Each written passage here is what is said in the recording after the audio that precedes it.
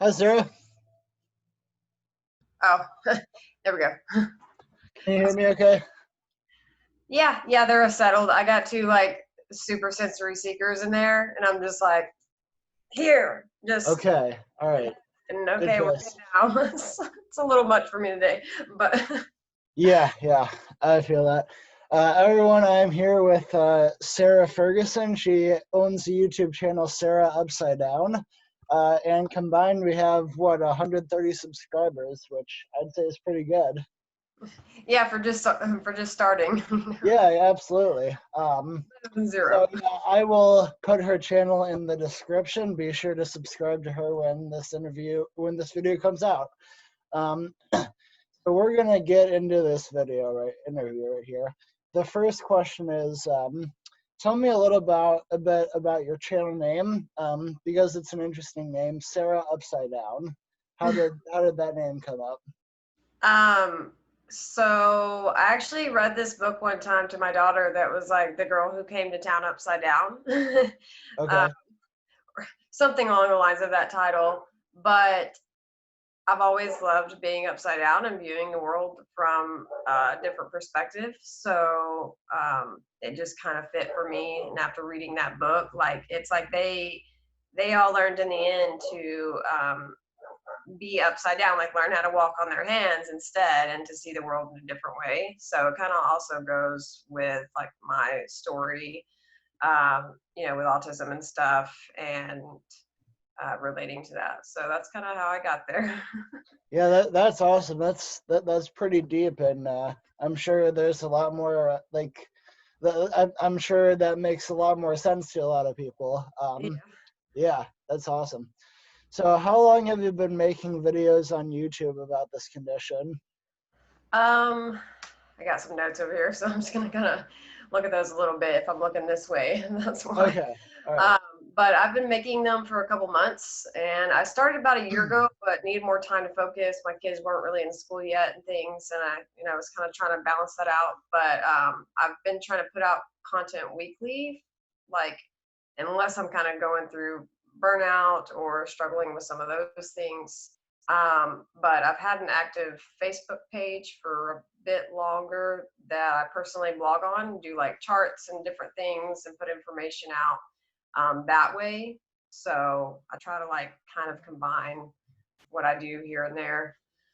Um, yeah.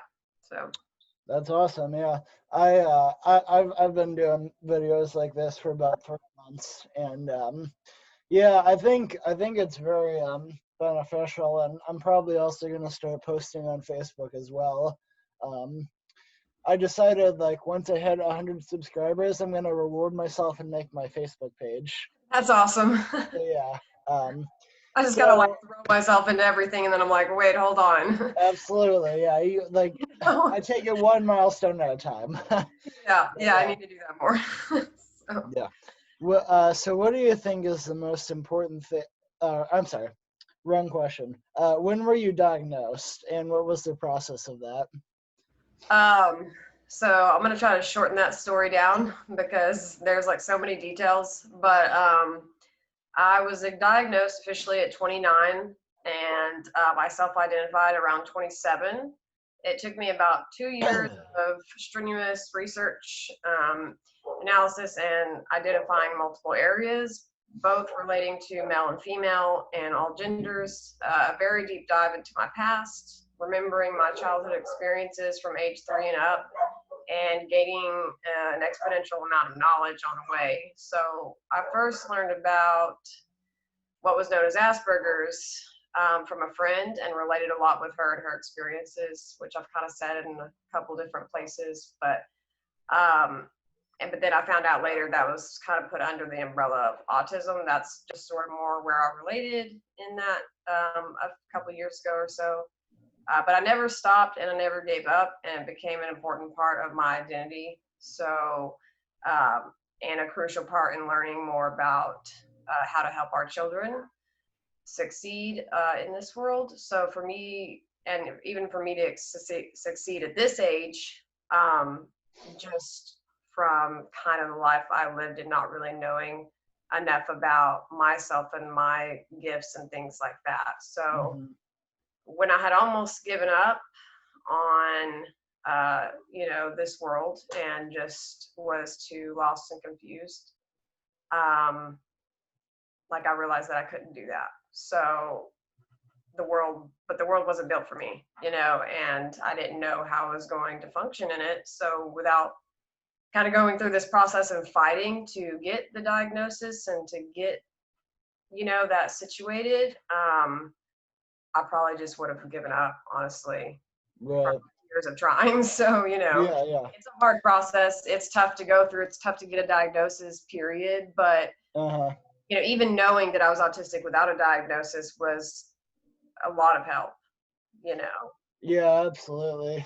Yeah, for me, I was diagnosed at age 3, and I found out at age 12. And even then, like, it was really hard to relate to the world, even at that young age. So, I mean, I was very fortunate to have that figured out at such a young age. And it's very inspirational that you were able to figure it out at 30 and like still be killing it. That's awesome. Yeah. Yeah, there's definitely ups and downs, I would say, of like learning earlier and learning later. There's Right. different things that come good and bad from that. Hmm. But it's just, I think, the perspective and how you use it, from there. So That's right. So, what do you think is the most important thing that you like to talk about with this condition? besides everything, that's the one thing. just like the main That's my picture. answer. I'm done. No, but mine would definitely be that all autistics are different. To not have a biased opinion, and if you don't know something and care about those around you that are on the spectrum, research it. And I'm not saying you need to do it to the extent that we would, because for me that's a big rabbit hole. Just keep falling down in there. Hmm. But just as I have practiced and tried my whole life to fit in and understand the world, the 20 plus years that took and still not quite understanding it and the social world, I would say perhaps it's needed to be mutual and meet in the middle, have equal understanding, instead of us Gotcha. just like keep on trying and just not like I've been trying all this time even though I wasn't diagnosed as a 3-year-old. That's where it kind of goes back to that, but I still am kind of like what's going on here. So, and you could still have those issues whether you were not diagnosed early or known about it, because you still need someone else on the other side to try to meet you at where your needs are. um not us doing all the work. I got you. Yeah. Yeah. Um. So, why do you think talking about this on a social media platform is so important? Um, well, I'm actually kind of an introvert, which Okay. Yeah. surprises people. So it's a little bit hard for me to push myself to get out there and do it. But I really have to have a point, a purpose, a meaning in that, and there's definitely enough of one. I would say I don't feel like I'm the best at it, but it doesn't come completely natural. But these days, everything is on social media, so I could keep all this information to myself and my household. But I didn't learn this much to not share, to implement it into the world, and it does take a lot of work and time that you don't get paid for, usually in cash. Yeah. But you do get paid in other ways, helping others with your ideas and information. And it being a special interest of mine, I find I can talk about it all day or on a video and can get certain things out of my brain to add, to the world to help, but I've also found it hard to have awareness and acceptance if some of us don't start to advocate and share. What people think of autism is usually not correct or a bit skewed, or I would say the general population anyways. Oh, absolutely. Yeah, so just as they have expectations of us, we have for them. And I don't think that most people have the horrible intentions for us or anything. I just think that some may learn things a certain way and not know any different. It's our job to get it out there. It's our job to educate them. It's their job to educate themselves, though, to some point in order to understand. So, I'm kind of on like both sides of it where I'm like, okay, but I'm trying to understand their side of it a little bit more. At first I was like, y'all just y'all don't get it. Exactly. Yeah, absolutely. Like, help them a little bit too. So no, I completely agree. Like, I mean, they should obviously like do the research and like adapt more if they need adapting. But at the same time, like, we need to be that medium where like, hey, maybe like I'm reading all these articles, but they're coming from a neurotypical. Like, how do I like? Do I like? Would it be better for me to hear someone's experiences with that? And I think the answer is yes. So I agree. But one of the things that I've been taught is like ableism is always taught. It's like you're not born with it. So like, I think we need to do a really much better job of understanding for like other generations, not just our own. Yeah, that makes a lot of sense. So what do you think is one thing that neurotypicals are still confused about this condition? It's puzzling. um, I would have to say that people understand that people may need help understanding that all autistics are different from one another, and that functioning labels are not completely accurate. Mm-hmm. For me, I can be extremely high functioning a lot of days. I can excel in organization. My personality type and the way I think naturally veers towards that to kind of a level of obsessions. And I can also talk an extremely large amount about my special interest, and that gets uncontrollable. But at the same time, when I struggle with audio processing, sensory processing, and executive functioning, it flips completely to the other side. So then what expectations people had of me is sort of skewed, and I just totally flunk. I need a dark room for about a week of recovery from social and sensory needs and interaction. And that's hard to do as a mother. It's the whole, don't judge a book by its cover, saying. But yeah, it's just like not just looking at what you see, not just seeing this person's verbal, because that's a very big misconception. Right. Not that I would say they don't need more needs or they don't need to like live with somebody or whatever. There's times when I'm like, well, I probably could, that I go mute or I just cannot get my words out. And Yeah. so if they don't, really see or listen to what I'm saying that I struggle with, and they just sort of push it off or brush it off like it's nothing, then, it's going to be nothing to them. But it's everything to me.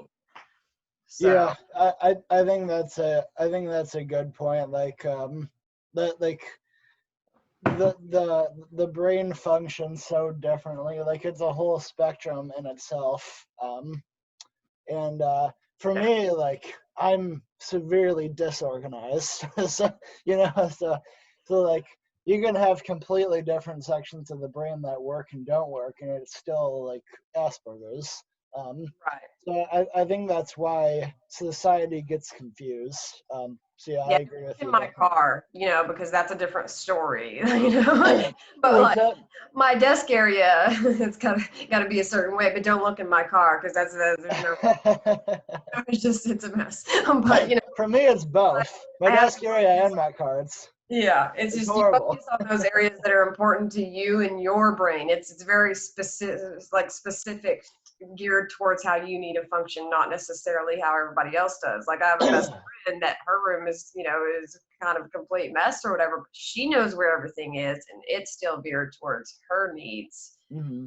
In the way that she organizes. It's just not the same as mine. So but it's interesting to look at that way, and people's personality too, also kind of helps that make sense of their brains and their, like, how things work in their head. So it's just, we're not all the same. Yeah, definitely. And I think like that's one of the reasons that I've generally been against professional diagnosis. Even though I was professionally diagnosed, Right. it's like, yeah, like only like 7 or 8 things, like motor skills and lack of eye contact, like you need to have all of those if Right. you are diagnosed, but like you don't necessarily have to have all of those to really have it. Yeah, So yeah. I definitely went through that experience with, one of my kids with that, and they just couldn't wrap it around their brains because it wasn't exact. It wasn't exactly what they're used to looking at on paper, and so it was kind of brain racking for me as a parent, knowing as much as I do about myself, is to also look at, one of my kids and then kind of go through that process. So even though I've gotten the professional diagnosis, that's why I still validate those who haven't, because I know what it takes. And sometimes it's not worth all that, you know. Gotcha. Yeah. So yeah. So do, so do you like? I know you feel that like it's important for those to talk about their stories with Asperger's. Do you think that's could be beneficial, like on both sides? Like, do you think that's beneficial for you as well to talk about it? Um, yeah, I mean, I I had a hard time, like, I guess, like, at first, because I just didn't know how I wanted to share about, all that. And I thought I got social things, but apparently I don't. Because when I found out, I was just like, here it is. Here's, all this information. And I just didn't read the rooms at all, that, like, that wasn't something that was actually normally accepted or whatever. I just thought, oh, that's cool. I know all this stuff now. But then when I started getting this, from people, out in the world, whatever, it was almost like I'm making this stuff up, and kind of went through that. And so for me, telling um, my story about it, like, especially, going through the process and then getting diagnosis or whatever, it helped to show other people, what Mm-hmm. through, and that I actually got through it. And that there's another side to that. I think a lot of us deal with emotions in some odd ways, and we have pushed things down for a long time. And I'll speak for myself on that. I'm the only one, because I'm the only one with autism, but I've learned to express what needed to be expressed for those around me most of my life. I only expressed what would make them comfortable, basically. But coming into my diagnosis, and my identity in these areas, it helped me to find more about my original self, the child I was meant to be, um, was made to be as an adult, to grow into. To me, it's like better late than never, but a lot of that Mm-hmm. does honestly suck, because, I just wasted so much time trying to fit, for most people. But expressing this and getting it out there helps other people on the spectrum, like, whether they have known for a long time or found out later in life, like, they may connect to what I say or another autist says, and doesn't have to feel like a complete alien or outcast anymore. And I've been able to connect with others online, like us, right now. Mm-hmm. Um, and through this, people can, that with people that I can be myself with. Like, I don't have to, like, try to figure out what mask I'm going to wear this day in this crowd. I can just get on there, be myself, and, that's it. And it's like so much just less exhausting. You know, but spreading the word on this hopefully gives others the same opportunity to kind of have that. Like, I want them to be able to experience that, but if I keep it all in, like, don't be bold enough to push myself out there, then, you know, they may not, or they may hear other voices but may not connect as much. You know, you just don't know what impact that you could be on, you know, the rest of the community and the world. So Yeah, absolutely. Like I remember one of my teachers, she was like, "Hey, you need to do what you feel is right, because like there could be people out there who are really positively impacted by that, and like that can change their lives for the better just because you said like what's on your mind and what you felt like you needed to say." So yeah, I completely agree with that. And it helps me to kind of like rationalize my beliefs, because I feel like in a neurotypical world, I do have to rationalize those. And I yeah. think like doing that, like doing this channel, making those videos about my like daily experiences, I think that like not only helps other people understand, and not only inspires other people, but like kind of calms me down as well, because like Right. Yeah, I can definitely relate to that. I think it's like because when you rewatch it to edit it and do things like that, you can hear your own voice. And I think that it's not that I haven't like ever talked or tried to express myself, but when you do and you get bullied and ostracized and outcasted and you just like you feel like just not one of any type of group really or something like that, like you just stop using your voice and you don't even hmm know what that sounds like anymore. So yeah, not your true voice anyways. So like being able to really like project that out instead of keeping everything inward, you know, it really is like healing to do. yeah. Um yeah. It's difficult, but it's healthy. Yeah. Yeah. Like it's Afterwards. kind of like working out. It's like you don't want to do it, but it's good for you. So like, so yeah. Yeah. All right. Well, I think that just about does it. Sarah Ferguson from Sarah Upsidedown, thank you for joining me. Yeah, no problem, man. Thank you for having me. All right. I hope you have a great day.